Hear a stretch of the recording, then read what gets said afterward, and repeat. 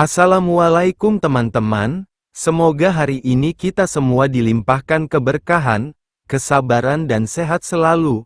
Mari kita simak kisah Abu Nawas yang penuh dengan hikmah dan inspiratif. Minta tolong pada lalat. Kisah Abu Nawas yang minta tolong pada lalat. Abu Nawas hanya tertunduk lesu dan sedih ketika mendengarkan penuturan istrinya. Tadi pagi beberapa pekerja dari kerajaan telah membongkar rumahnya dan mereka terus menggali tanpa bisa dicegah lagi. Mereka mengatakan bahwa tadi malam Baginda Raja bermimpi kalau di bawah rumah Abu Nawas terpendam emas dan permata yang tak ternilai harganya. Tetapi setelah mereka terus menggali ternyata emas dan permata itu tidak ditemukan. Baginda akhirnya meminta maaf kepada Abu Nawas dan bersedia mengganti kerugian. Inilah yang membuat hati Abu Nawas sedih. Lama Abu Nawas memeras otak, namun belum juga ia menemukan muslihat untuk membalas Baginda. Makanan yang dihidangkan istrinya tidak dimakan karena nafsu makannya lenyap. Malam pun tiba. Namun Abu Nawas tetap tidak beranjak dari tempat duduknya. Keesokan harinya Abu Nawas melihat lalat-lalat mulai menyerbu makanan Abu Nawas yang mulai basi. Tiba-tiba Abu Nawas tertawa riang. "Tolong ambilkan kain penutup untuk makananku dan sebatang besi," kata Abu Nawas kepada istrinya. "Untuk apa?" tanya istrinya. "Membalas Baginda Raja," jawab Abu Nawas. Dengan muka berseri-seri Abu Nawas berangkat menuju istana. Setibanya di istana Abu Nawas membungkuk hormat dan berkata, "Ampun tuanku, hamba menghadap hanya untuk mengadukan perlakuan tamu-tamu yang tidak diundang. Mereka memasuki rumah hamba tanpa izin dari hamba dan berani memakan makanan hamba," kata Abu Nawas mengadu. "Siapakah tamu-tamu yang tidak diundang itu wahai Abu Nawas?" tanya Baginda. "Lalat-lalat ini, tuanku," jawab Abu Nawas. "Kepada siapa lagi kalau bukan kepada Baginda? Hamba mengadukan perlakuan yang tidak adil ini," jelas Abu Nawas. "Lalu keadilan yang bagaimana yang engkau inginkan?" "Hamba hanya menginginkan izin tertulis dari Baginda sendiri agar hamba bisa dengan leluasa menghukum lalat-lalat itu." Baginda Raja tidak bisa menolak permintaan Abu Nawas karena pada saat itu para menteri sedang berkumpul di istana. Maka dengan sangat terpaksa Baginda membuat surat izin yang isinya memperkenankan Abu Nawas memukul lalat-lalat itu dimanapun mereka hinggap. Tanpa menunggu perintah, Abu Nawas mulai mengusir lalat-lalat di piringnya hingga mereka terbang dan hinggap di sana-sini. Dengan tongkat besi yang sudah dibawanya sejak tadi, Abu Nawas mulai mengejar dan memukuli lalat-lalat itu. Bahkan di kaca, Abu Nawas dengan leluasa memukul kaca itu hingga hancur. Kemudian vas bunga yang indah, kemudian patung hias sehingga sebagian dari istana dan perabotannya remuk diterjang tongkat besi Abu Nawas. Bahkan Abu Nawas tidak merasa malu memukul lalat yang hinggap di tempayan Baginda Raja. Baginda Raja tidak bisa berbuat apa-apa kecuali menyadari kekeliruan yang telah dilakukan terhadap Abu Nawas dan keluarganya. Dan setelah merasa puas, Abu Nawas mohon diri. Barang-barang kesayangan Baginda banyak yang hancur dan bukan itu saja, Baginda juga menanggung rasa malu. Abu Nawas pulang dengan perasaan lega. Istrinya pasti sedang menunggu di rumah untuk mendengarkan cerita apa saja yang dibawa dari istana. Pelajaran yang bisa kita petik dari kisah Abu Nawas kali ini adalah bahwa kita harus selalu minta izin jika bertamu ke rumah orang. Jangan main selonong saja dan jangan mentang-mentang memiliki kekuasaan yang tinggi. Pada suatu hari ayah Abu Nawas bernama Maulana yang sudah tua dan sakit parah, dan akhirnya meninggal dunia di istana. Ayah Abu Nawas adalah seorang kadi kerajaan yang juga menghambakan diri pada Baginda Raja Harun al-Rasyid. Abu Nawas dipanggil ke istana, diperintah Baginda untuk mengubur jenazah ayahnya itu sebagaimana adat Syekh Maulana. Apa yang dilakukan Abu Nawas hampir tiada bedanya dengan Qadi Maulana, baik mengenai tata cara memandikan jenazah hingga mengkafani, menyalati dan mendoakannya. Melihat itu, maka Baginda pun bermaksud mengangkat Abu Nawas menjadi pengganti ayahnya sebagai Qadi kerajaan. Kabar tentang akan dipilihnya sebagai Qadi menggantikan ayahnya pun sampai ke telinga Abu Nawas. Setibanya di rumah setelah selesai dari upacara pemakaman ayahnya, Abu Nawas pun tiba-tiba mulai bertingkah aneh, tidak seperti biasanya. Abu Nawas mengambil sepotong batang pisang dan mulai menunggangi pohon tersebut layaknya kuda sambil berlari-lari, berteriak-teriak. Kabar tentang akan dipilihnya sebagai Qadi menggantikan ayahnya pun sampai ke telinga Abu Nawas. Setibanya di rumah setelah selesai dari upacara pemakaman ayahnya, Abu Nawas pun tiba-tiba mulai bertingkah aneh, tidak seperti biasanya. Abu Nawas mengambil sepotong batang pisang dan mulai menunggangi pohon tersebut layaknya kuda sambil berlari-lari, berteriak-teriak. Melihat tingkah aneh Abu Nawas, orang-orang pun merasa sangat heran dan banyak di antara mereka menyangka jika Abu Nawas sudah gila. Pada hari berikutnya, Abu Nawas mengajak anak-anak kecil beramai-ramai menuju makam ayahnya dengan membawa segala macam alat-alat permainan. Sesampai di makam tersebut, ia kemudian mengajak anak-anak bermain rebana dan bersukacita di atas kuburan ayahnya. Semua orang pun semakin heran atas kelakuan Abu Nawas itu. Mereka menganggap jika Abu Nawas sudah benar-benar menjadi gila karena kematian ayahnya. Pada suatu hari ada beberapa orang utusan dari Baginda Harun al-Rasyid datang menemui Abu Nawas. Alangkah terkejutnya mereka melihat tingkah Abu Nawas yang sudah berubah. Salah satu dari mereka pun berkata menyampaikan perintah Baginda. "Hai Abu Nawas, kami diutus untuk membawamu untuk menghadap ke istana," kata utusan Baginda. "Buat apa Baginda memanggilku? Aku tidak ada keperluan dengannya," jawab Abu Nawas dengan enteng. "Hai Abu Nawas, kau tidak boleh berkata seperti itu kepada rajamu," kata utusan. "Hai Tuan utusan, kau jangan banyak cakap. Cepat ambil ini kudaku ini dan mandikan di sungai supaya bersih dan segar," kata Abu Nawas sambil menyodorkan sebatang pohon pisang yang dijadikan kuda-kudaan. Para utusan hanya geleng-geleng kepala melihat kelakuan aneh Abu Nawas. "Abu Nawas, kau mau apa tidak menghadap Baginda?" kata utusan. "Katakan kepada rajamu, aku sudah tahu maka aku tidak mau," kata Abu Nawas. "Apa maksudnya Abu Nawas?" tanya utusan penasaran. "Sudah pergi sana, bilang saja begitu kepada rajamu," serga Abu Nawas sembari menyaruk pasir debu dan melemparnya ke arah para utusan. Mereka pun segera pergi meninggalkan Abu Nawas dan melaporkan kejadiannya pada Baginda Raja. Baginda begitu marah mendengar laporan utusan. "Kalian bodoh semua, menghadapkan Abu Nawas kemari saja tak bisa, cepat kembali ke rumah Abu Nawas, bawa dia kemari dengan sukarela ataupun terpaksa," perintah Baginda. Para utusan pun kembali ke rumah Abu Nawas dengan mengajak beberapa prajurit istana. Mereka kemudian membawa Abu Nawas dengan paksa dan dihadapkan pada Baginda. Namun lagi-lagi di depan Raja Abu Nawas bertingkah aneh, bahkan tambah ugal-ugalan, layaknya seorang yang benar-benar sudah gila. Abu Nawas bersikaplah sopan, tegur Baginda.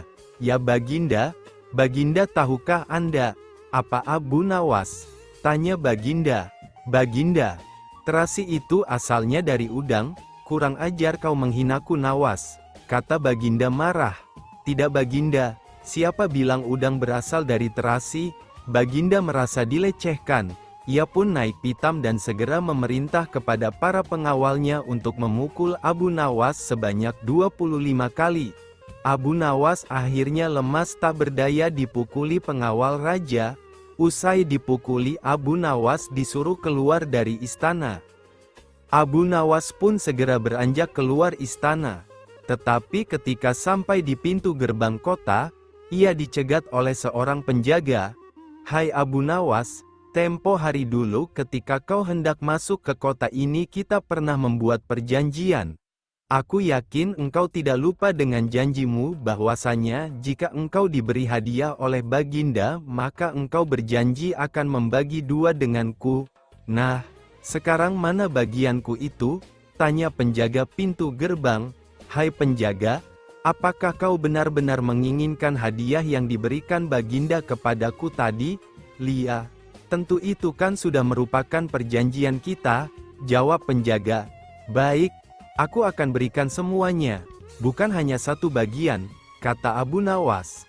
Ternyata kau sangat baik hati Abu Nawas, memang harusnya begitu, engkau kan sudah sering menerima hadiah dari Baginda, kata penjaga itu gembira.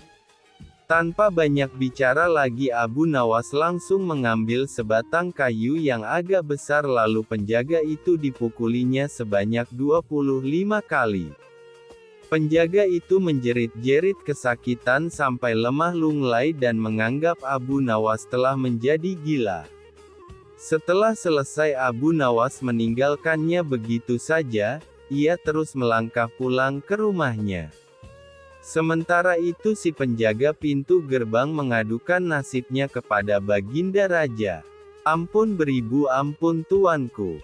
Hamba datang kemari mengadukan Abu Nawas yang telah memukul hamba sebanyak 25 kali tanpa suatu kesalahan.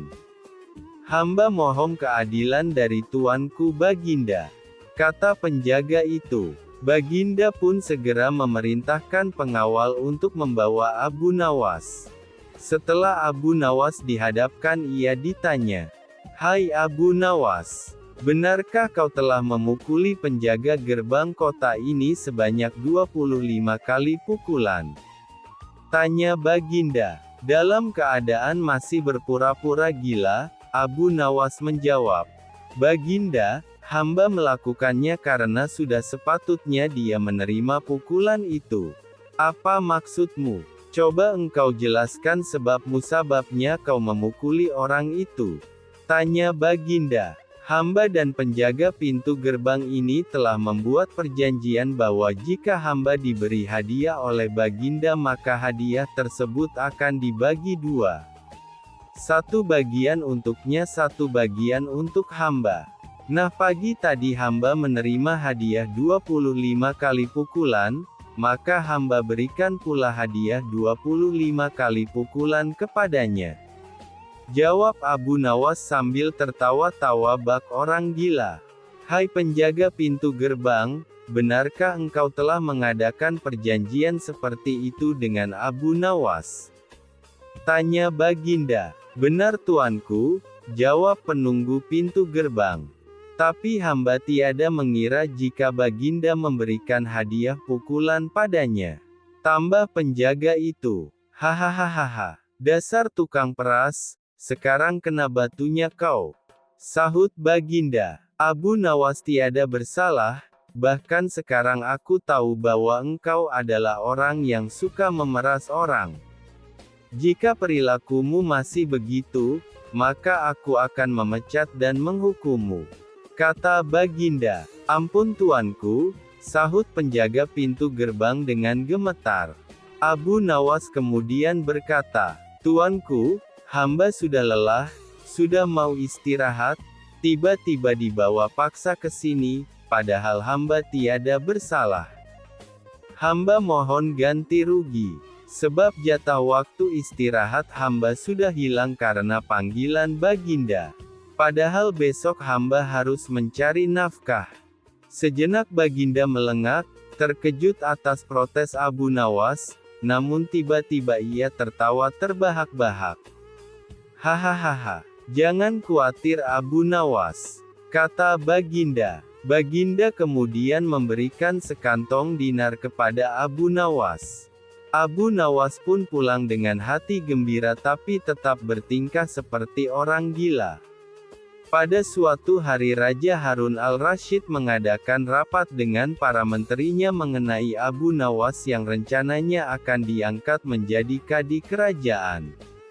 Apa pendapat kalian mengenai Abu Nawas yang hendak kuangkat sebagai kadi? Tanya Baginda. Salah satu menteri berkata, melihat keadaan Abu Nawas yang semakin aneh tingkahnya, maka sebaiknya tuanku mengangkat orang lain saja menjadi kadi. Berkata menteri lain, tuanku, Abu Nawas telah menjadi gila karena itu dia tak layak menjadi kadi. Semua menteri memberikan pendapat yang sama. Baiklah, kita tunggu dulu sampai 21 lagi, karena sekarang bapaknya baru saja meninggal dunia. Jika selama 21 hari lagi tidak sembuh-sembuh juga barulah kita akan memilih orang lain saja. Kata Baginda. Sebulan lebih waktu berjalan, namun Abu Nawas masih bertingkah gila, maka Baginda pun mengangkat orang lain menjadi kadi kerajaan. Konon kadi yang dipilih seseorang bernama Polan, tidak lain memang merupakan orang yang sangat berambisi untuk menjadi kadi. Karena Abu Nawas tidak jadi diangkat, si Polan pun mempengaruhi orang-orang di sekitar Baginda untuk memilih dan mengangkatnya menjadi kadi. Begitu mendengar jika kadi baru sudah diangkat, Abu Nawas pun kembali bersikap normal. Ia sangat bersyukur karena terlepas dari bala yang mengerikan. Akan tetapi ia sedikit menyesali karena ia mengetahui bahwa kadi yang dipilih memiliki perangai buruk. Mengapa Abu Nawas bersikap seperti orang gila? Ceritanya pada suatu hari ketika ayahnya Abu Nawas yang sudah tua dan mulai sakit parah, Abu Nawas dipanggil untuk menemui ayahnya tersebut, karena ayahnya ingin menyampaikan beberapa pesan padanya sebelum meninggal dunia. Berkata ayahnya, "Hai anakku, aku sudah hampir mati. Sekarang cobalah engkau cium telinga kanan dan telinga kiriku ini." Abu Nawas segera menuruti permintaan ayahnya, telah mencium telinga kanan bapaknya, ternyata mengeluarkan bau harum, sedangkan yang sebelah kiri mengeluarkan bau busuk. "Bagaimana anakku? Sudah kau cium? Ceritakan dengan sejujurnya, bau kedua telingaku ini," kata ayahnya.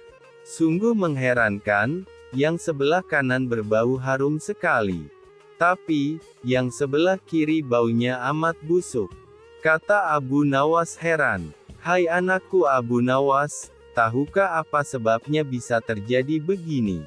Tanya ayahnya. "Wahai bapakku, cobalah ceritakan kepadaku," kata Abu Nawas. Ayahnya kemudian berkata, "Pada suatu hari datang dua orang mengadukan masalahnya kepadaku. Yang seorang aku dengarkan keluhannya. Tapi yang seorang lagi karena aku tidak suka maka tidak ku dengar pengaduannya. Inilah resiko menjadi kadi penghulu. Jika kelak kau suka menjadi kadi maka kau akan mengalami hal yang sama, namun jika kau tidak suka menjadi kadi maka buatlah alasan yang masuk akal agar engkau tidak dipilih sebagai kadi oleh Baginda Harun al-Rasyid. Tapi tak bisa tidak Baginda pastilah akan tetap memilihmu sebagai kadi." Jelas ayah Abu Nawas. Dari pesan ayahnya itulah Abu Nawas sudah mempersiapkan rencana yang matang, jika nanti ayahnya telah tiada. Hanya untuk menghindarkan diri agar tidak diangkat menjadi kadi, seorang kadi atau penghulu pada masa itu kedudukannya seperti hakim yang memutus suatu perkara. Walaupun Abu Nawas tidak menjadi kadi namun dia sering diajak konsultasi oleh Baginda Raja untuk memutus suatu perkara. Bahkan ia kerap kali dipaksa datang ke istana hanya sekedar untuk menjawab pertanyaan Baginda Raja yang aneh-aneh dan tidak masuk akal. Menghitung kematian tahanan, kecerdikan Abu Nawas memang sudah tak diragukan lagi. Bahkan ketika Raja Harun al-Rasyid menghadapi masalah, tak segan-segan Abu Nawas dipanggilnya untuk menyelesaikan masalah. Nah, kali ini Abu Nawas mendapatkan tugas untuk menghitung kematian. Bagaimana cara Abu Nawas menghitungnya? Berikut kisahnya. Suatu hari, di negeri 1001 malam, Baghdad, digelarlah acara hajatan besar. Sang Raja Harun ar-Rasyid pun berniat merayakan pesta ulang tahun kerajaan bersama-sama dengan seluruh rakyatnya. Pada hari yang telah ditunggu tiba, rakyat Baghdad dikumpulkan di depan pendapa istana. Raja Harun sang penguasa berdiri dan berkata, "Wahai rakyatku yang tercinta, hari ini kita mengadakan pesta ulang tahun kerajaan. Aku akan memberi hadiah kepada para fakir miskin. Aku juga akan memberikan pengampunan kepada para tahanan di penjara dengan mengurangi hukuman. Menjadi setengah dari sisa hukumannya," seru Baginda kepada rakyatnya, "memberi keringanan hukuman pada tahanan." Mendengar ucapan sang raja, tentu saja rakyat Baghdad bersukaria. Mereka segera berpesta bersama dan menyantap aneka makanan yang telah disediakan. Tak berapa lama kemudian, para pengawal istana membagi-bagikan hadiah kepada fakir miskin. Setelah dipastikan seluruh rakyatnya yang fakir miskin mendapatkan hadiah, raja pun memanggil para tahanan-tahanan. Pertama yang mendapatkan kesempatan adalah bernama Sofyan. "Sofyan, berapa tahun hukumanmu?" tanya Baginda. "2 tahun Baginda," jawab Sofyan. "Sudah berapa tahun yang kamu jalani?" tanya Baginda lagi. "1 tahun Baginda," jawab Sofyan. "Kalau begitu, sisa hukumanmu yang 1 tahun aku kurangi menjadi setengah tahun sehingga hukumanmu tinggal 6 bulan saja," tegas Baginda. Selanjutnya, dipanggillah Ali. "Berapa tahun hukumanmu Ali?" tanya Baginda. Dengan nada yang sedih, Ali menjawab, "Mohon ampun Baginda, hamba dihukum seumur hidup," jawab Ali. Mendengar jawaban Ali tersebut, Baginda menjadi bingung harus menjawab apa untuk mengurangi hukuman Ali. Di tengah kebingungannya, raja yang terkenal bijaksana ini teringat dengan Abu Nawas. Akhirnya, dipanggillah Abu Nawas. Tak berapa lama kemudian, Abu Nawas yang turut serta dalam pesta ulang tahun kerajaan menghampiri sang raja yang sedang kebingungan itu. "Abu Nawas, aku ada masalah mengenai hadiah pengampunan bagi Ali. Dia dihukum seumur hidup, sedangkan aku berjanji akan memberikan pengampunan setengah dari sisa hukumannya. Padahal aku tidak tahu sampai umur berapa Ali akan hidup. Sekarang aku minta nasihatmu. Bagaimana caranya memberi pengampunan kepada Ali dari sisa hukumannya?" Jelas raja. Mendengar penuturan rajanya, Abu Nawas pun ikut bingung. Dia berpikir, apa bisa mengurangi umur seseorang? Padahal dia sendiri tidak tahu sampai kapan umurnya. "Hamba minta waktu Baginda," ujar Abu Nawas. Abu Nawas mendapat sekantung keping emas. Mendengar permintaan Abu Nawas, raja pun akhirnya memberikan kesempatan kepada Abu Nawas untuk berpikir. Raja hanya memberi waktu sehari semalam saja, tidak boleh lebih. Jadi, besok pagi Abu Nawas harus memberikan jawabannya. Sesampainya di rumah, Abu Nawas pun berpikir keras untuk menemukan pemecahan masalah tersebut. Dia tidak bisa tidur karena selalu kepikiran akan hal itu. Namun, selang beberapa waktu, tampaklah senyuman di bibir Abu Nawas. Pertanda solusi telah ditemukan. Abu Nawas pun malam itu segera masuk ke kamar untuk tidur dengan nyenyak. Pada pagi-pagi sekali, Abu Nawas telah bangun. Setelah mandi dan sarapan, dia pun pergi menghadap raja. Setelah berpamitan dengan istrinya, "Hamba sudah mendapatkan cara untuk memecahkan masalah si Ali. Baginda, begini Baginda, sebaiknya si Ali ini berada di luar penjara dan bisa bebas selama 1 hari. Lalu pada esoknya, dia dimasukkan lagi ke dalam penjara selama 1 hari pula. Lusa juga demikian, sehari bebas, sehari di penjara, begitu berlangsung terus selama umur si Ali itu." Jelas Abu Nawas, "Engkau memang pandai Abu Nawas. Kalau begitu, kamu juga akan aku beri hadiah, yaitu sekantung keping emas," ujar sang raja. Setelah itu, Abu Nawas pulang dengan wajah yang ceria. Menjual Raja. Kisah Abu Nawas. Kisah Abu Nawas kali ini akan menceritakan bahwa si Abu Nawas menjual rajanya. Wow, berani sekali ya si Abu Nawas ini. Berikut kisahnya. Belum pernah Abu Nawas merasa menyesal dan seputus asa akhir-akhir ini. Sudah 2 hari dapurnya tidak mengepul asap lagi karena tidak ada lagi barang yang bisa dijual. Sebenarnya Abu Nawas bisa saja menjual salah seorang dari teman-temannya untuk dijadikan budak oleh pembelinya. Tetapi Abu Nawas tidak tega, apalagi kebanyakan teman-teman Abu Nawas adalah orang-orang yang miskin.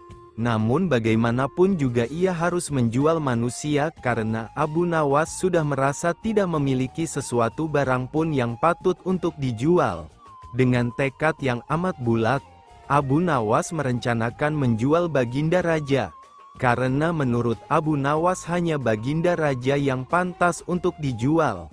Bukankah selama ini Baginda Raja selalu mempermainkan dirinya dan menyengsarakan pikirannya? Maka sudah sepantasnya lah kalau sekarang ini giliran Abu Nawas menyusahkan Baginda Raja. Akhirnya Abu Nawas menghadap Baginda Raja dan berkata, "Ada sesuatu yang amat menarik yang akan hamba sampaikan hanya kepada Paduka yang mulia," kata Abu Nawas memulai. "Apa itu wahai Abu Nawas?" tanya Baginda langsung penasaran.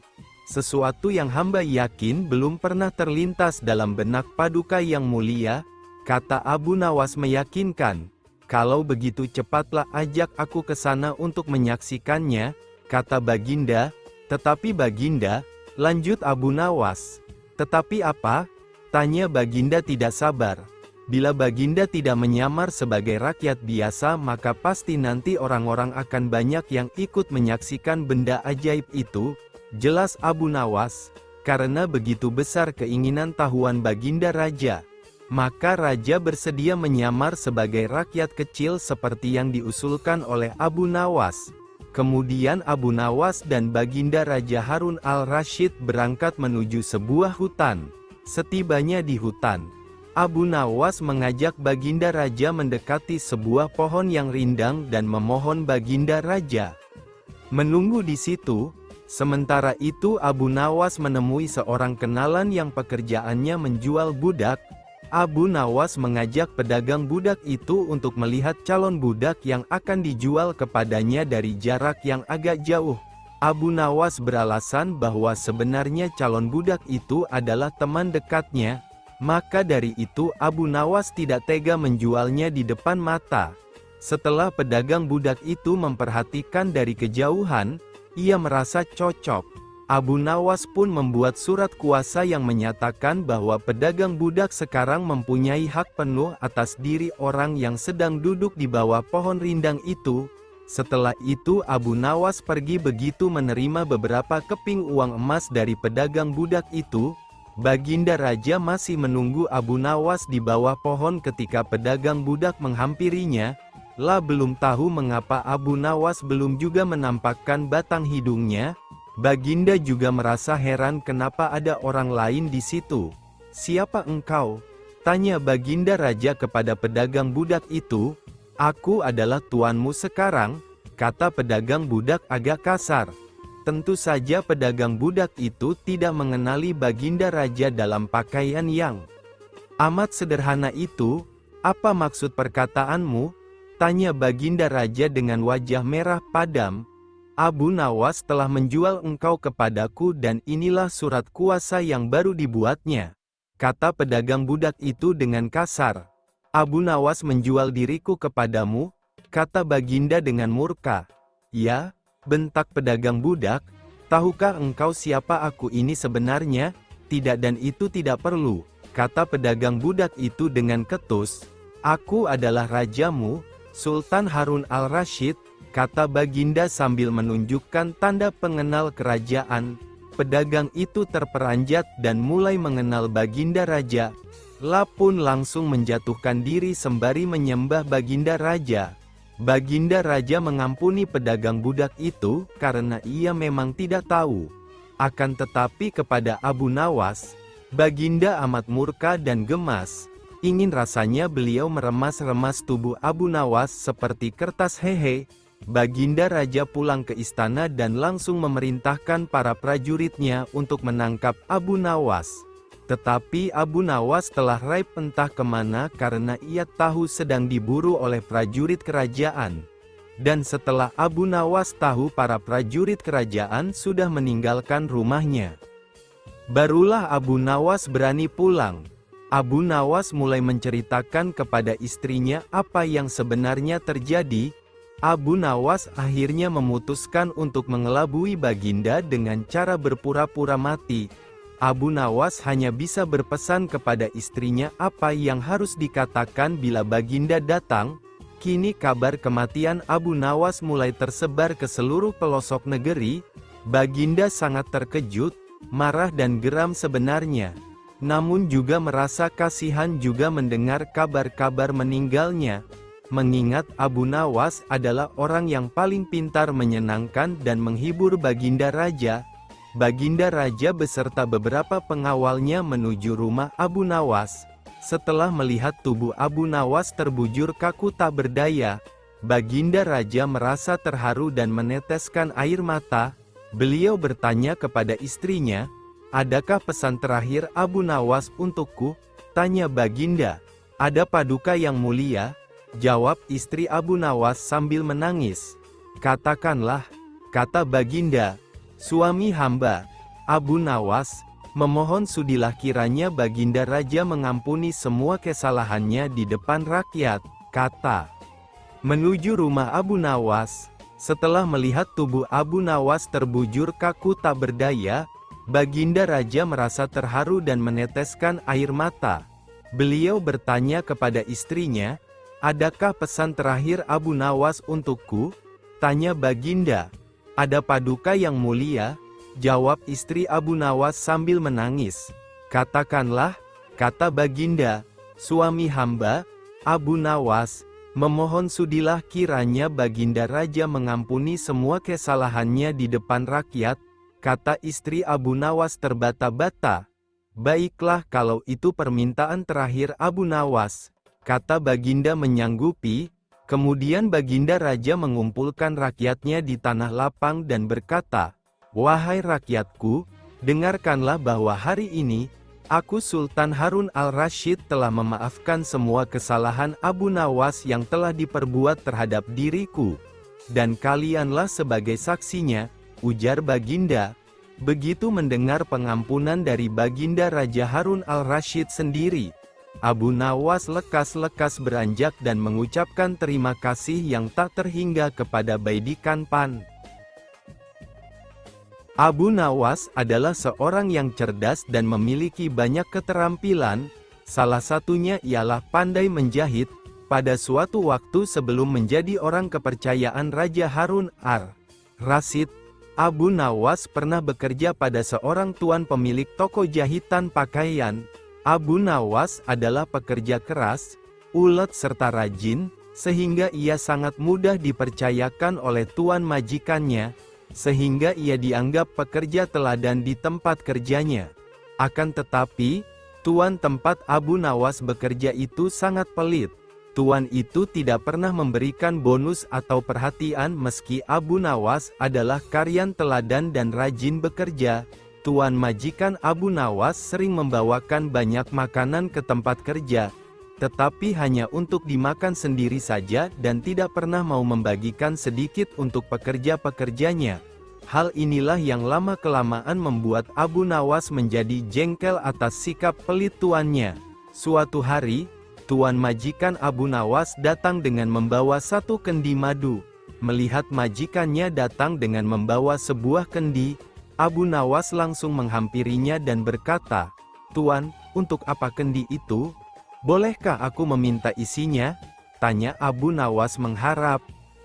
Karena khawatir Abu Nawas akan meminum madunya, si tuan pun terpaksa membohongi Abu Nawas dengan mengatakan, "Wahai Abu Nawas, kendi ini berisi racun dan aku tidak mau nanti kamu mati karena meminumnya."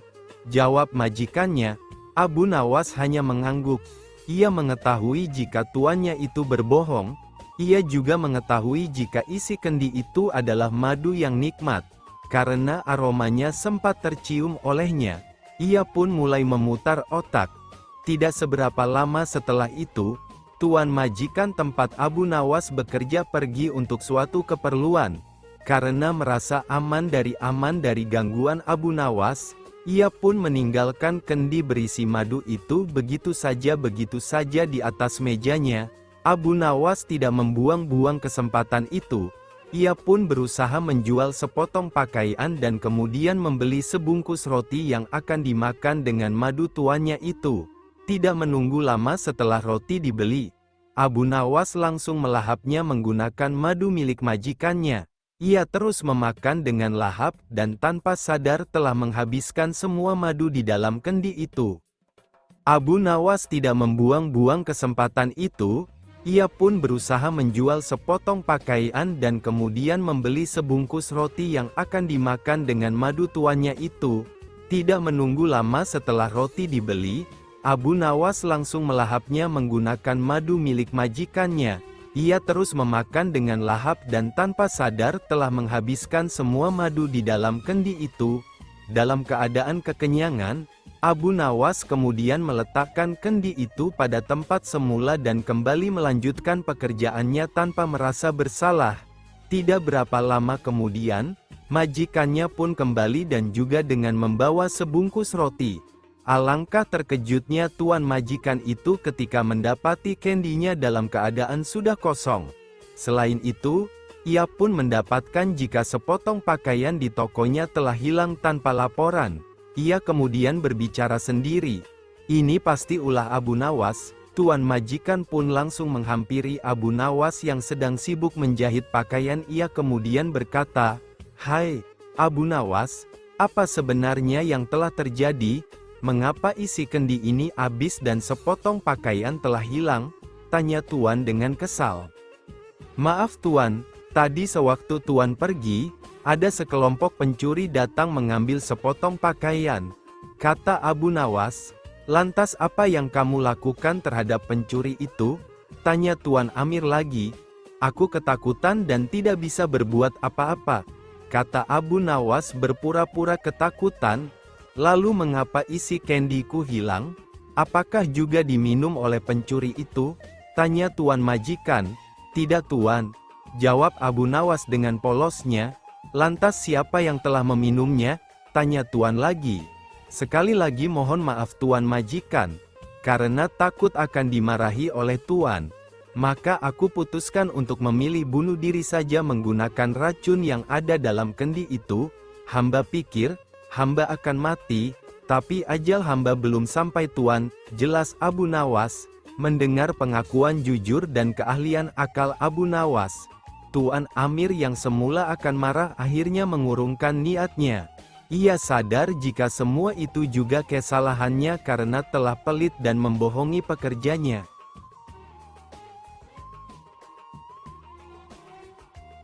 Setelah pembalasan Abu Nawas membunuh lalat-lalat dengan memporak-porandakan barang-barang Baginda Raja atas izin tertulis dari beliau, Baginda Raja sangat kesal dan karena kekesalannya itu beliau ingin sekali menjebloskan Abu Nawas ke penjara. Tapi Baginda tidak memiliki alasan untuk melakukannya. Karena orang seperti Abu Nawas bukanlah orang yang gampang dicari-cari kesalahannya. Suatu hari Baginda Raja menemukan akal untuk menjebak Abu Nawas. Baginda berpikir pasti kali ini akan berhasil menghukum Abu Nawas. Baginda Raja merencanakan sebuah perburuan di hutan dan mengajak serta Abu Nawas. Mendengar ajakan Baginda Raja untuk berburu, hati Abu Nawas merasai gelisah, karena ia sangat takut pada beruang. Namun ia tidak berani menolak ajakan Baginda Raja yang akan menghukum orang yang melawan perintahnya. Hari yang direncanakan telah tiba. Cuaca pada hari itu sangat cerah. Baginda Raja dan pengawal kerajaan beserta Abu Nawas di dalamnya segera berangkat menuju hutan menunggangi kuda. Ketika masih dalam perjalanan, tiba-tiba cuaca menjadi mendung. Baginda Raja kemudian memanggil Abu Nawas untuk menghadapnya. Baginda Raja berkata kepada Abu Nawas, "Wahai Abu Nawas, tahukan engkau alasan aku memanggilmu?" Tanya Baginda. "Ampun Baginda Raja, hamba belum mengetahuinya," jawab Abu Nawas. Baginda Raja kemudian kembali menyambung perkataannya, "Cuaca tiba-tiba mendung, mungkin akan segera turun hujan dan hutan masih amat jauh. Sedang kita harus berkumpul di tempat peristirahatan pada waktu makan siang. Engkau akan kuberi seekor kuda yang lamban, aku dan para pengawalku akan menunggang kuda yang cepat. Tapi bila hujan turun kita harus bisa menghindari agar pakaian kita tidak basah. Kita harus melakukan dengan cara kita sendiri. Sekarang mari kita berpencar," titah Raja kepada Abu Nawas. Abu Nawas pun segera menunggangi kuda yang lamban dan ia tertinggal di belakang. Abu Nawas merasa kecewa. Namun ia sudah menyadari jika Baginda Raja ingin menjebaknya dengan mencari-cari kesalahannya. Sebab jika ia tidak bisa melaksanakan titah Baginda maka ia akan mendapatkan hukuman. Mungkin ia akan dijebloskan ke penjara, karena itulah alasan Baginda Raja mengajaknya. Mungkin untuk pembalasan atas penghancuran barang-barang Baginda yang ia lakukan, pikirnya. Hujan tiba-tiba turun, Baginda Raja dan pengawalnya segera memacu kuda mereka yang cepat menuju tempat berteduh sementara. Namun hujan yang begitu lebat tidak bisa dihindari, mereka sudah lebih dulu basah kuyup sebelum tiba di tempat berteduh. Akhirnya ketika waktu makan siang tiba, berangkatlah Baginda Raja dan pengawalnya untuk makan siang menuju tempat peristirahatan mereka dengan pakaian yang masih basah. Akan tetapi belum lama mereka sampai di sana menyusullah Abu Nawas dengan kuda lambannya. Baginda Raja dan pengawalnya dibuat bingung melihat Abu Nawas yang menyusul begitu cepat dan dengan pakaian yang masih kering. Mereka heran atas hal yang mereka anggap mustahil, tapi bisa dilakukan Abu Nawas. Pada hari berikutnya Baginda Raja memberikan Abu Nawas seekor kuda yang cepat larinya, sedang beliau beserta pengawalnya menunggangi kuda yang lamban. Setelah mereka berpencar, cuaca pun tiba-tiba menjadi mendung dan hujan segera turun. Baginda Raja dan pengawalnya basah kuyup, tidak bisa menghindari hujan karena kuda tunggangan mereka sangat lamban. Abu Nawas segera memacu kudanya cepatnya menuju tempat peristirahatan dan ia lebih dulu sampai di sana dari rombongan Baginda Raja. Ketika Baginda dan pengawalnya tiba dengan pakaian yang masih basah, mereka pun semakin bingung dan penasaran melihat Abu Nawas yang masih kering bajunya. Baginda Raja yang sudah sangat penasaran langsung bertanya kepada Abu Nawas, "Wahai Abu Nawas, aku sangat penasaran bagaimana kamu bisa menghindari hujan. Sebab meski kita terpencar ketika hujan datang kita masih sama-sama dalam perjalanan dan engkau sama sekali tidak basah. Begitu juga ketika kami menunggangi kuda yang cepat. Akan tetapi kami tetap tidak bisa mencapai tempat berteduh. Apalagi dengan tunggangan yang lamban ini tentu saja akan membuat kami kebasahan." Abu Nawas tersenyum mendengar pertanyaan Baginda yang sudah sangat penasaran padanya. Ia lalu menjawab, "Mudah sekali Baginda Raja, hamba sebenarnya tidak menghindar dari hujan. Tapi ketika hujan datang hamba cepat-cepat membuka pakaian dan melipatnya, kemudian hamba langsung mendudukinya sehingga pakaian hamba tetap kering. Dan ketika hujan berhenti hamba kemudian memakainya lagi." Abu Nawas menciumi ayam panggang, jebakan Baginda gagal lagi. Penyakit Raja Harun ar-Rasyid kepada Abu Nawas kambuh lagi. Ini bukan penyakit flu atau sejenisnya, apalagi COVID-19. Bukan, penyakit itu adalah penyakit geram, kesal, campur aduk yang ingin selalu membuat Abu Nawas susah.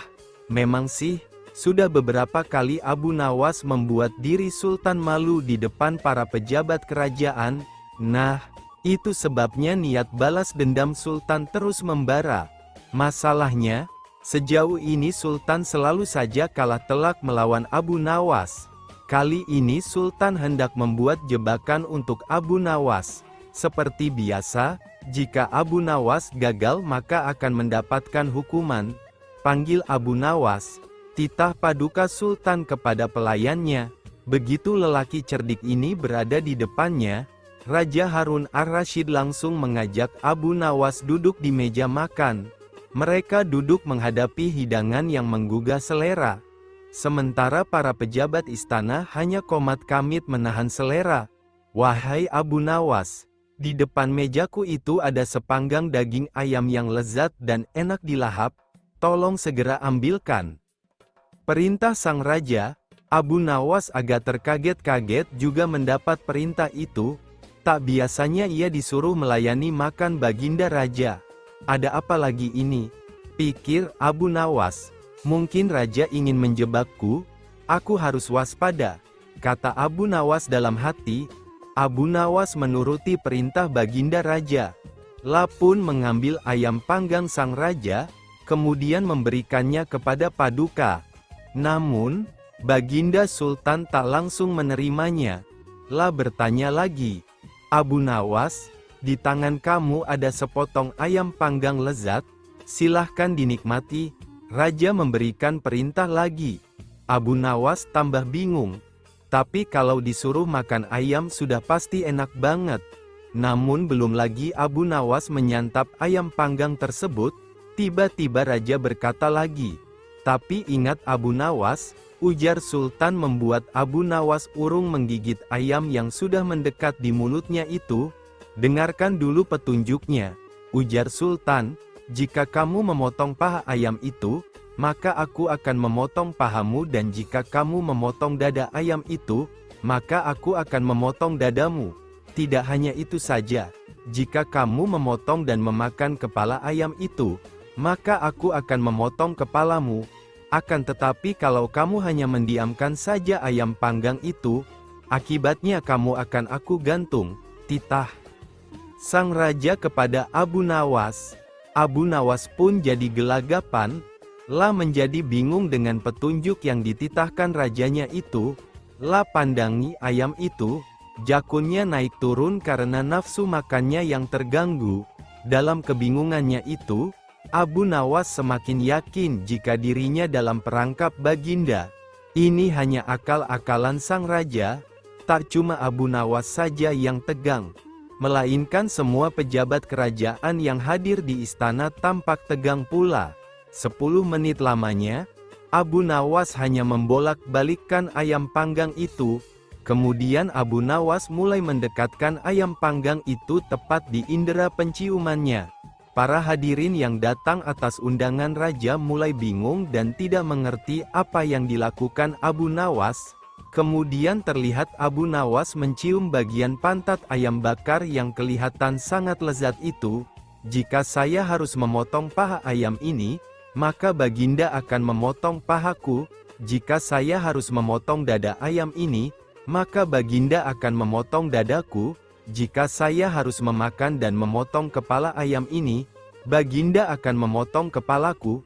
Tetapi coba lihat, yang saya lakukan adalah mencium pantat ayam ini," ujar Abu Nawas seperti berbicara pada dirinya sendiri. "Apa maksudmu, wahai Abu Nawas?" tanya.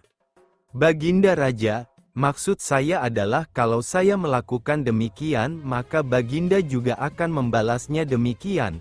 Layaknya ayam ini, nah, saya hanya mencium pantat ayam panggang ini saja, maka baginda juga harus mencium," jelas Abu Nawas.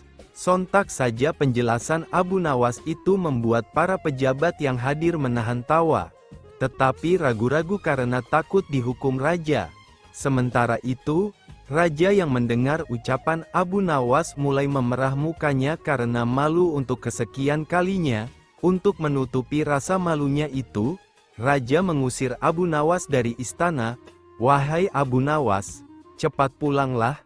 Jangan sampai aku berubah pikiran," kata raja sembari menyuruh Abu Nawas membawa pergi ayam panggang yang lezat itu. Abu Nawas mengubah hidup orang dan menunjukkan cara melihat setan. Alkisah, suatu hari Abu Nawas sedang bepergian untuk suatu urusan. Tiba-tiba di tengah perjalanan, ia melihat seorang pria mau melompat dari jembatan. Abu Nawas bergegas menghampirinya. "Jangan, jangan," teriak Abu Nawas agak ngos-ngosan. "Jangan lakukan itu," ujarnya lagi. "Mengapa di usiamu yang masih muda, berpikir untuk terjun ke dalam air yang sangat dingin itu?" tanyanya. "Karena saya bosan hidup," jawab laki-laki itu. "Nak, dengarkan saya. Jika kamu terjun ke dalam sungai itu, saya harus terjun juga menyusulmu untuk menyelamatkanmu. Air itu dingin sekali. Saya baru saja sembuh dari radang paru-paru. Tahu maksud saya bisa mati. Saya mempunyai istri dan anak. Apakah kamu mau hidup dengan beban pikiran seperti ini?" ujar Abu Nawas. "Tentu saja tidak," jawab pemuda itu. "Maka dengarkan saya. Jadilah orang baik-baik, bertobatlah dan Allah akan mengampuni kamu. Pulanglah. Nah, dalam kesendirianmu dan di rumahmu yang sepi itu, gantunglah dirimu," ujar Abu Nawas seraya balik kanan, pergi. Pemuda itu pun meninggalkan jembatan tersebut. Dalam perjalanan selanjutnya, tiba-tiba seorang laki-laki menghampiri Abu Nawas. Laki-laki yang menemui Abu Nawas ini terkenal dengan kebejatannya. Tanpa basa-basi laki-laki tadi langsung bertanya kepada Abu Nawas perihal keinginannya agar bisa melihat wujud setan. "Wahai Abu Nawas, aku ingin sekali memiliki kemampuan melihat setan. Apa kau bisa mengajariku bagaimana cara melihatnya?" tanya laki-laki bejat itu. "Tentu bisa. Tepat sekali kau bertemu denganku." Abu Nawas mengiyakan permintaan laki-laki tadi dengan entengnya. "Kalau begitu tunjukkan kepadaku," ujar laki-laki itu. "Itu mudah sekali. Apa kau memiliki cermin di rumah?" imbuh Abu Nawas. "Tentu saja punya wahai Abu Nawas," jawab laki-laki tadi. "Jadi begini caranya. Pandangi cerminmu betul-betul. Tak butuh waktu lama kau akan melihat wujud setan yang ingin kau ketahui itu," jelas Abu Nawas. Laki-laki bejat tadi berlalu sambil tertawa. "Kurang ajar kau Abu Nawas," ucapnya tertawa ngakak. Antara sahabat dan keyakinan, Abu Nawas, kata Baginda Raja Harun al-Rasyid, "Daulat Paduka yang mulia," jawab Abu Nawas, "aku akan berterus terang kepadamu bahwa kali ini engkau aku panggil bukan untuk kupermainkan atau aku perangkap. Tetapi aku benar-benar memerlukan bantuanmu." Kata Baginda, "Apakah gerangan yang bisa hamba lakukan untuk Paduka?" tanya Abu Nawas. "Pertanyaan Baginda, ketahuilah bahwa beberapa hari yang lalu aku mendapat kunjungan dari negeri sahabat. Kebetulan rajanya beragama Yahudi. Raja itu adalah sahabat karibku hingga begitu berjumpa denganku, dia langsung mengucapkan salam secara Islam. Aku tidak menduga sama sekali. Tanpa pikir panjang aku membalas salamnya sesuai dengan ajaran agama kita, yaitu kalau mendapat salam dari orang yang tidak beragama Islam hendaklah engkau jawab dengan wassalamualaikum. Kecelakaan bagi kamu." Tentu saja dia merasa tersinggung. Dia menanyakan mengapa aku tega membalas salamnya yang penuh doa keselamatan dengan jawaban yang mengandung kecelakaan. Saat itu sungguh aku tak bisa berkata apa-apa selain diam. Pertemuanku dengan dia selanjutnya tidak berjalan sebagaimana mestinya. Aku berusaha menjelaskan bahwa aku hanya melaksanakan apa yang dianjurkan oleh ajaran Islam, akan tetapi dia tidak bisa menerima penjelasanku.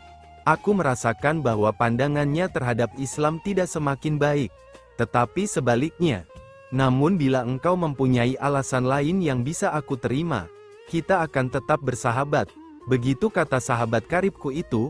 Kalau hanya itu persoalannya, mungkin hamba bisa memberikan alasan yang dikehendaki Raja Sahabat Paduka itu yang mulia, kata Abu Nawas meyakinkan Baginda. Mendengar kesanggupan Abu Nawas, Baginda amat riang dan Raja pun berulang-ulang menepuk pundak Baginda. Wajah Baginda yang semula gundah gulana seketika itu berubah cerah. "Cepat katakan wahai Abu Nawas, jangan biarkan aku menunggu," kata Baginda tak sabar. Jawaban Abu Nawas, "Baginda yang mulia, memang sepantasnya lah kalau Raja Yahudi itu menghaturkan ucapan salam keselamatan dan kesejahteraan kepada Baginda. Karena ajaran Islam memang menuju keselamatan dari siksa api neraka dan kesejahteraan menuju surga.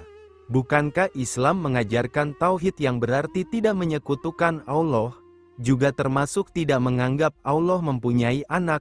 Nah, ajaran tauhid ini tidak dimiliki oleh agama-agama lain termasuk agama yang dianut Raja Yahudi sahabat Paduka itu. Ajaran agama Yahudi menganggap Uzair adalah anak Allah, Maha Suci Allah dengan anggapan itu, dan tidak pantas Allah mempunyai anak.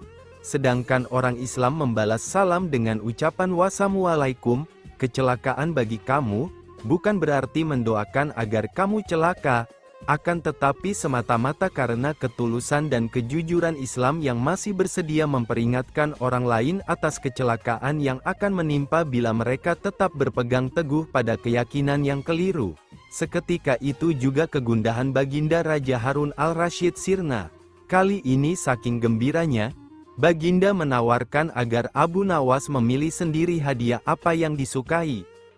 Abu Nawas tidak berdusta. Pada suatu waktu, ketika Raja Harun ar-Rasyid sedang menunaikan ibadah haji, tiba-tiba saja dia teringat akan Abu Nawas pada saat memasuki kota Kufah.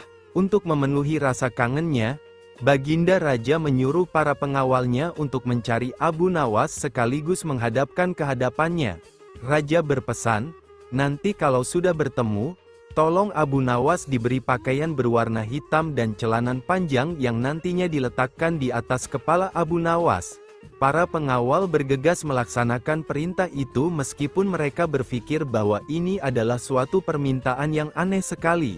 Setelah mencari ke segala penjuru kota, akhirnya Abu Nawas bisa ditemukan juga. Tak berapa lama kemudian Abu Nawas datang juga dengan pakaian hitam dan celanan panjang yang ditaruh di atas kepalanya. Setelah ada di hadapan raja, Abu Nawas berkata, "Wahai Baginda, Amirul Mukminin, aku memohon kepada Allah SWT semoga Allah memberikan rezeki dan melapangkan anugerahnya kepada tuanku," kata Abu Nawas. "Ya, terima kasih, amin," jawab Raja Harun ar-Rasyid. Setelah kejadian itu, Raja Harun ar-Rasyid pergi meninggalkan kota Kufah dan melanjutkan perjalanan. Banyak penduduk Kufah yang terheran-heran dengan tingkah laku Abu Nawas itu. Dia malah mendoakan sang raja sambil menaruh celanan panjang di atas kepalanya. "Wahai Abu Nawas, begitukah caranya engkau mendoakan Amirul Mukminin?" tanya beberapa warga yang melihat kejadian itu. "Diamlah wahai semua, celakalah semua. Tidak ada yang lebih disukai oleh Amirul Mukminin kecuali harta dan uang," jawab Abu Nawas dengan santainya. Abu Nawas segera berlalu dari tempat itu, karena ada yang iri atau entah mencari muka di hadapan raja. Maka ada salah seorang yang melaporkan kejadian itu tentang ucapan Abu Nawas yang mengatakan bahwa rajanya menyukai harta dan uang. Betapa terkejutnya si pelapor ini dengan jawaban yang diucapkan oleh raja mereka. "Demi Allah, ia tidak berdusta." Abu Nawas berkata benar. Si pelapor menjadi malu karena kejadian ini. Di mata Khalifah Harun al-Rasyid, figur Abu Nawas memang lihai. Dia tidak hanya lucu tetapi juga bijaksana sehingga tidak dapat dipandang enteng. Di satu pihak hal itu sangat membanggakan Khalifah, tetapi di lain pihak, sangat menjengkelkannya. Karena ia suka kurang ajar dan tidak tahu diri. Oleh karena itu Baginda tidak pernah berhenti memeras otak untuk dapat membalas Abu Nawas. Pada suatu hari di bulan Rabiul Awal, Baginda Khalifah tersenyum simpul sendiri sambil bergumam, "Awas kau, Abu Nawas, kali ini pasti kena." Seperti biasa setiap bulan Rabiul Awal, Sultan Harun al-Rasyid menyelenggarakan acara Maulid Nabi di istana. Pada saat itu semua pembesar negeri hadir termasuk putra-putra mahkota dari negeri-negeri sekitarnya. Tapi Abu Nawas tidak tampak. "Panggil dia kemari," perintah Khalifah kepada punggawa. Setelah Abu Nawas datang menghadap, dimulailah acara hari itu. Semua hadirin dipersilahkan berdiri. Kemudian masing-masing disirami air mawar yang menebarkan bau sangat harum, kecuali Abu Nawas, telah disiram dengan air kencing. Sadarlah Abu Nawas, bahwa dia dipermalukan Khalifah di depan para pembesar negeri, lah bungkam 1000 bahasa, namun di dalam hati ia berkata, "Oke, Khalifah, hari ini kau beri aku kuah, esok akan kubalas kamu dengan isinya." Selesai upacara, semua orang pamitan kepada Baginda dan pulang ke rumah masing-masing. Begitu pula dengan Abu Nawas. Sejak itu Abu Nawas tidak pernah menginjakkan kakinya ke istana. Tak kurang Khalifah pun rindu berat kepadanya. Karena bagaimanapun Abu Nawas selalu dapat menghibur hatinya. Ada saja celotehan-celotehan Abu Nawas yang membuat suasana Balairung jadi hidup. Ketika Khalifah memanggilnya, Abu Nawas tidak bersedia memenuhi panggilan itu, dengan alasan sakit, meski panggilan tersebut disampaikan terus-menerus. Setiap kali punggawa datang setiap kali itu pula Abu Nawas bilang sakitnya makin serius. Baginda pun khawatir dengan sakitnya Abu Nawas, maka ditengoknya Abu Nawas ke rumahnya diiringi beberapa orang petinggi kerajaan. Mendengar Khalifah menuju ke rumahnya, Abu Nawas buru-buru pasang aksi. Mata terpejam, badan tergeletak lemah lunglai. Namun sebelum itu ia telah menyuruh istrinya menyiapkan obat makjun, ramuan obat yang dibuat seperti dodol bulat, dan 2 butir di antaranya dibubuhi tinja. Abu Nawas menelan sebutir obat itu ketika Baginda sudah sampai di depannya. "Hai Abu Nawas, apa yang kamu telan itu?" tanya Khalifah. "Inilah yang disebut obat makjun," jawab Abu Nawas masih dalam posisi telentang. "Resepnya hamba peroleh tadi malam lewat mimpi. Seorang tua menghadap hamba dan berpesan agar obat makjun ini hamba telan 2 butir, niscaya sembuh." Setelah Abu Nawas menelan sebutir lagi dan tampak badannya segar layaknya orang sembuh dari sakit. "Kalau begitu aku juga mau makan obat makjun itu," kata Khalifah. "Baiklah, Tuanku," kata Abu Nawas. "Bila Paduka akan menelan obat ini, hendaklah berbaring seperti hamba sekarang ini, tidak boleh sambil duduk, apalagi dengan berdiri." Maka Baginda pun berbaring. "Pejamkan mata Tuanku," kata Abu Nawas. Begitu mata Sultan terpejam, Abu Nawas cepat-cepat memasukkan butiran makjun itu ke mulut Khalifah. Tiba-tiba Khalifah bangkit karena obat itu menyangkut di batang tenggorokannya. Sambil membelalakkan matanya, Sultan berkata keras-keras, "Hai, Abu Nawas, kamu beri aku makan tinja ya?" Maka Abu Nawas pun menghormat sambil berkata, "Dulu Baginda memberi hamba kuahnya, sekarang hamba memberi Baginda isinya. Jikalau Baginda tidak memberi hamba uang 100 dinar, kejadian ini akan hamba ceritakan kepada halayak ramai. Diam kamu, jangan ngomong kepada siapa-siapa, nanti ku beri kau uang 100 dinar, kata Khalifah.